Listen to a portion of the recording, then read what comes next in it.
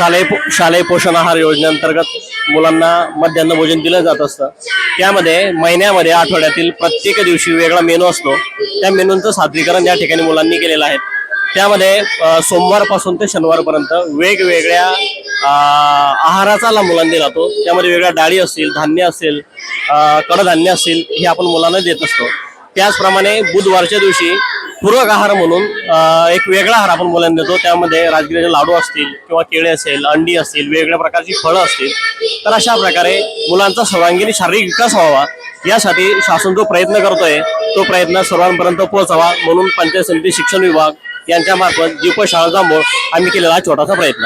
धन्यवाद।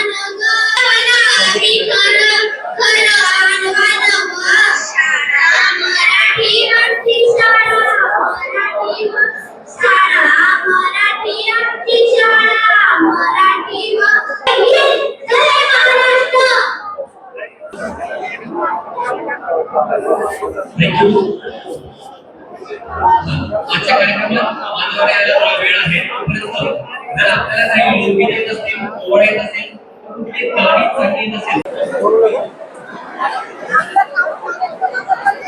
हे गप्पी मासे आहेत। हे डासांची अंडी खातात, आळ्या आणि अंडी।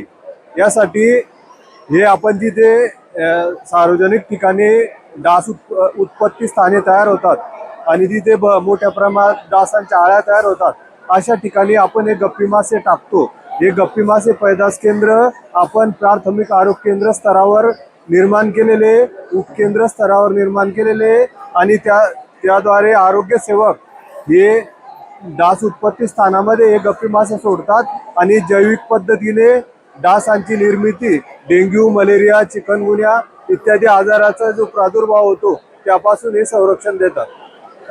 त्यासाठी गप्पी मासे पाळा, लोका पेंबू काळा।